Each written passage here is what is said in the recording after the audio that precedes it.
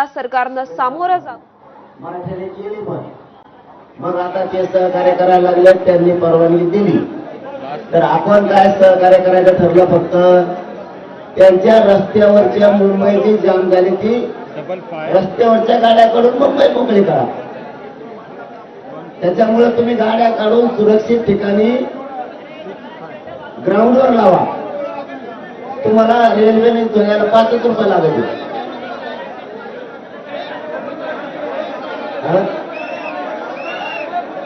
फुकट आहे म्हणते, येतं म्हणते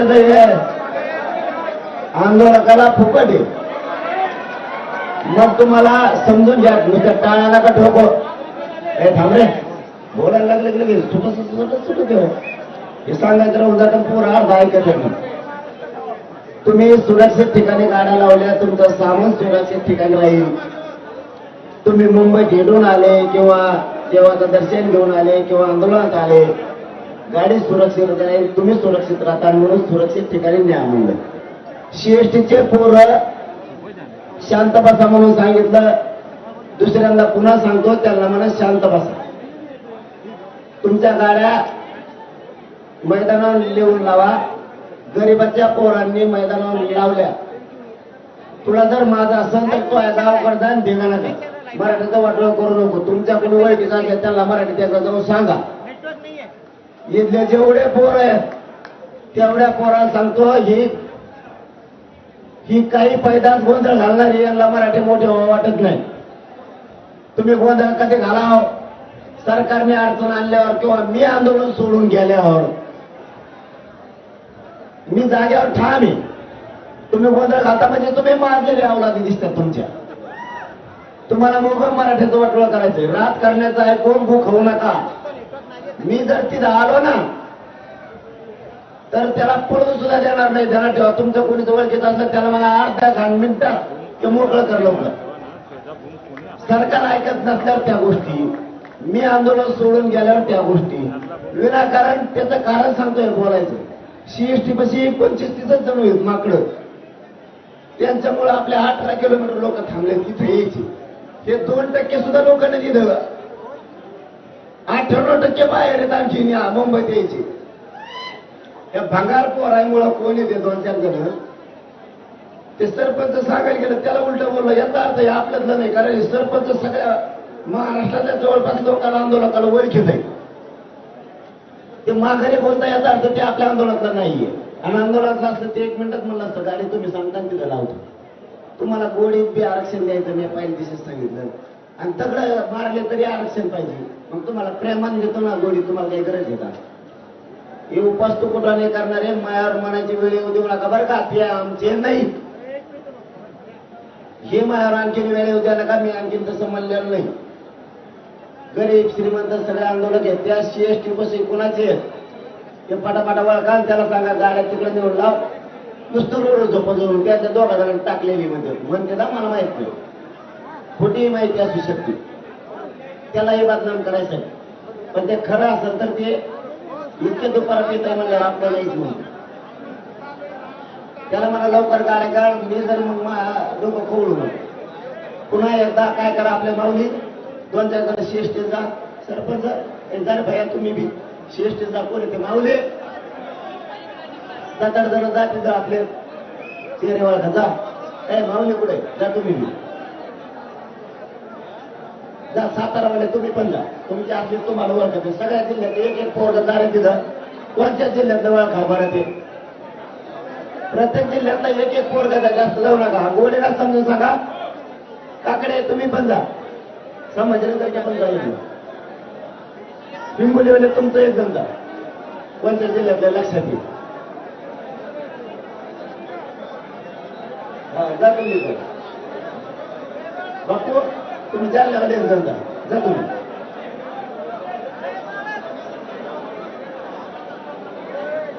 गेले साताऱ्याचे गेले, सोलापूरचे गेले. जा 1-1. मला बोलायला उगाच त्रास देऊ नका यार. तुम्ही उद्यापासून बोलता येणार नाही मला. तुम्ही काय फालतूपणा त्यांनी नाही ऐकलं नको ना. सरकार सहकार्य करतो तुम्ही उलट फालतू. हे 100% राजकारणी आवडत आहे. पाटलीचे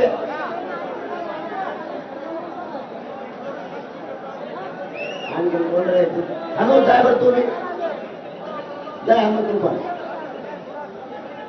दीड कोण आहे बघा हा महेश भाई जा दीडचे असले तर बघा जा जा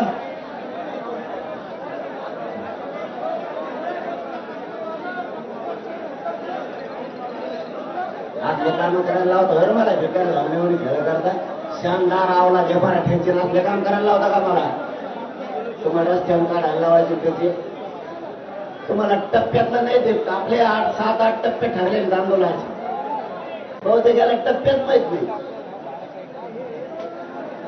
आपले 7-8 टप्पे ठरले आंदोलन याला टप्प्यात माहित नाही वाटतं बहुतेक तेव्हा हे पुढे येऊन दखला झोपा लागले आपले 7-8 टप्पे आहेत या आंदोलनाचे पहिल्यांदा आपण 7-8 टप्पे गेलो वकील साहेब तुम्ही कोण गेले जबरदस्ती कोण आहेत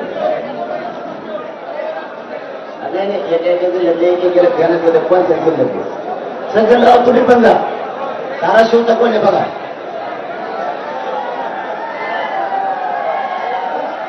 धाराशिवचे असले नाही तर ती धाराशिव असं करत नाही सोलापूरचे गेले ना गेले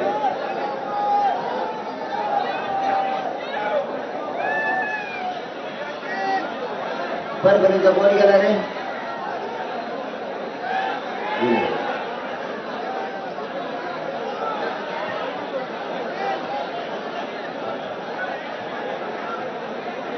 नगरवाले जा बरं तुम्ही जाते शेष्टी कोण जा ते पोरं गेले जा जा ते आईले नगरवाले जा तुम्ही ते कोणाचं वैकी बघा त्याला फक्त मायाकडे धरून आणा काही करू नका त्याला काही बोलू नका कोणी फक्त मायाकडे धरून आणा त्याला कोणी काय बोलायचं नाही बरं का त्याला फक्त माझ्याकडे धरून आणा करायच्या टायमाला सापडतच नाही कुणाला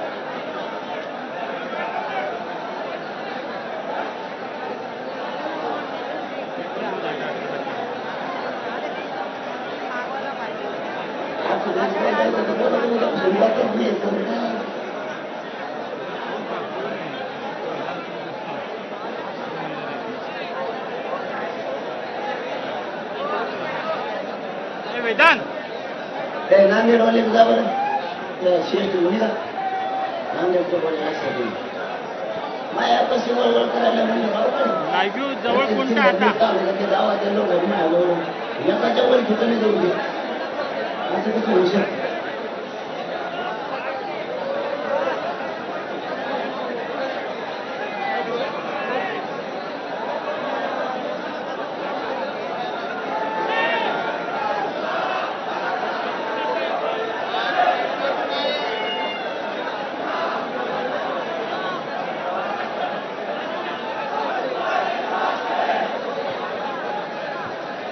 आता तुम्ही दोघं लक्षात येईल ना नेमके कुठली सकाळी आपल्याला धरून आणले तुम्ही मला शेतच लावायचं आहे माझ्या परस्पर कोण करतो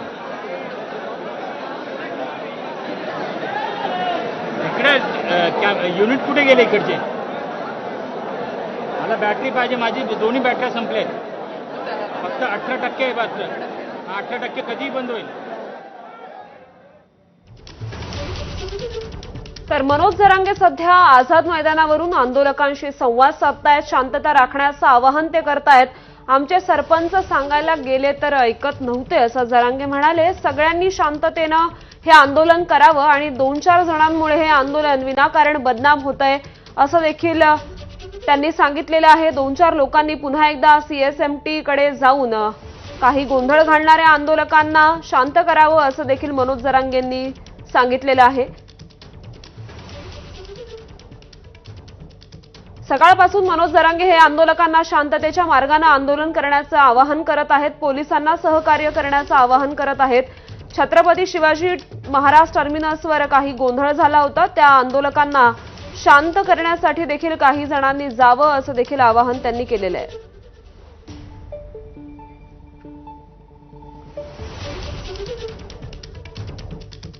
आणि सरकारचं शिष्टमंडळ हे जरांगेंच्या भेटीला जाण्याची शक्यता आहे. जरांगेंनी चर्चेची तयारी दर्शवत सरकारकडे 2 अर्ज पाठवले होते. मुंबईत गर्दी वाढल्यानं सरकारकडून तातडीनं भेट घेतली जाण्याची शक्यता आहे आणि संध्याकाळी मनोज जरांगे आणि शिष्टमंडळाची भेट होऊन त्यांच्यामध्ये चर्चा होण्याची सुद्धा शक्यता आहे.